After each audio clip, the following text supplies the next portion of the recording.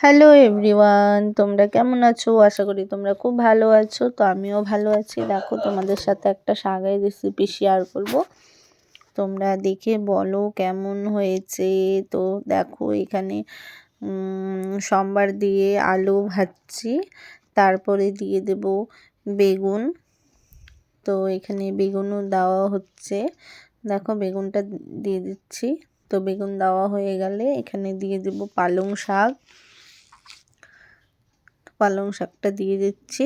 পালং শাকটা কিন্তু ভালো করে ধুতে হয়েছে, কারণ শাকের মধ্যে খুব বালু থাকে।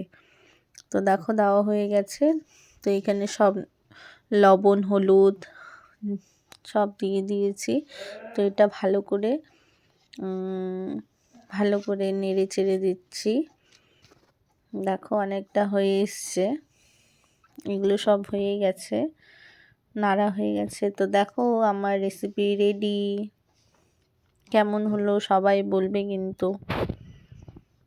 Tata friend.